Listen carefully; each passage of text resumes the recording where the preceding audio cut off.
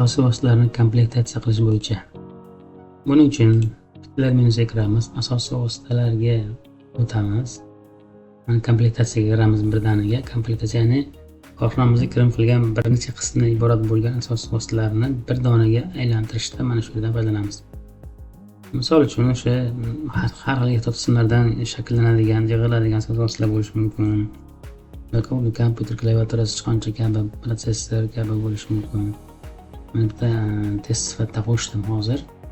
Asosiy omborimizda 1820 shotimizga test degan asosiy vositamiz nom, bu yangi qabul qilingan o'sha bir necha qismdan iborat bo'lgan asosiy vositamizni bitta jamlangan holatga kelgandagi asosiy vositamiz nomini bilib olamiz.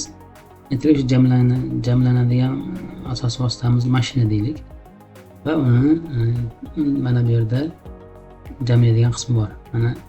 Mana bu test deb nomlanadi. 422 dona yoki 422 metr kvadrat yoki nimadir bo'lishi mumkin kirim qilingan asosiy vositalar bo'yicha.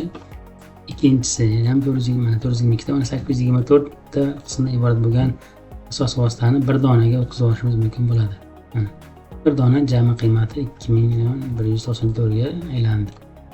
Mana shunda birinchi qismdan iborat bo'lgan asosiy vositalarni bir donaga yoki ikki dona o'sha aylantirishimizda mana shu komplektatsiyadan foydalanamiz. Saqlasak barchasini bir donaga aylantirib beradi. Endi bemalol asosiy vositamizni 822 ta emas, shuni bir dona qilib bemalol tizimga qo'shsak bo'ladi. Mana endi bu yerda o'sha bir dona o'sha mashina deb nomlangan 2100 lik asosiy vosita hosil bo'ldi. Uni bemalol bir dona qilib qabul qilsak bo'ladi.